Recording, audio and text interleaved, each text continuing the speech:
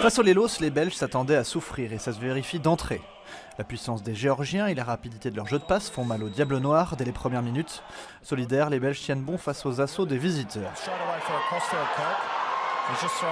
Jusqu'à la 11e minute et cet essai de Guram Gogijashvili, le joueur du Racing Métro échappe au plaquage de Tomadinst pour ouvrir le score de son équipe 0-5. 11 minutes plus tard, sur cette touche, Georgi Nemzadze récupère la balle et se transforme en Monster Truck 0-12. Plus rapidement 0-17. Georgi Tuskiridze est trouvé sur son aile d'une magnifique passe au large.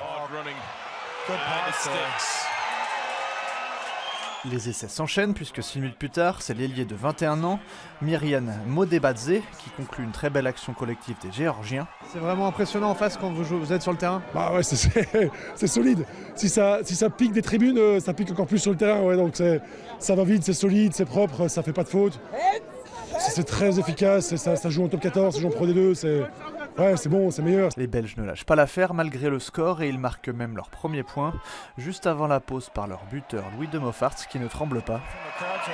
En début de deuxième période, les Belges vont réussir à stopper l'hémorragie pendant 20 minutes, refaisant même une partie de leur retard, 6-22. Mais la Géorgie n'est pas 12e nation mondiale de l'Ovalie par hasard.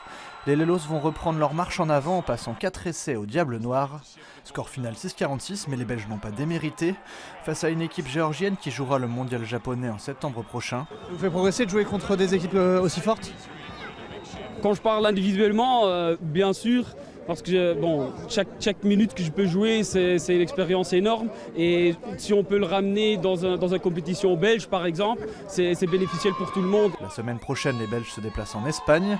Un match qui promet d'être chaud, puisque l'an passé, les Diables Noirs avaient empêché les Espagnols de se qualifier pour la Coupe du Monde, la première de leur histoire.